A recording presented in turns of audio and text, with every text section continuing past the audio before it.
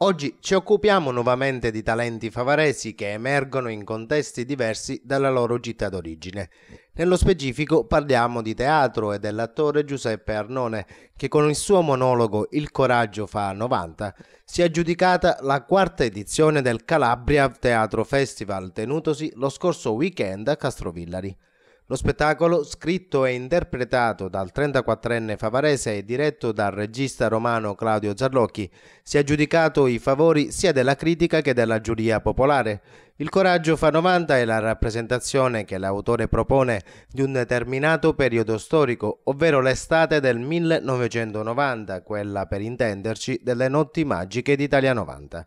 Senza nessuna irriverenza, Giuseppe Arnone nel suo spettacolo associa il grande evento dei mondiali di calcio a un personaggio che per il suo sacrificio resterà nel cuore dei siciliani, ovvero il giudice Rosario Livatino. Una bella pagina di sicilianità dunque che il giovane banchiere con la passione per la recitazione porta da tempo in giro per l'Italia e che prossimamente arriverà anche nella sua città d'origine. A Giuseppe Arnone vanno i complimenti dello staff di Sicilia TV.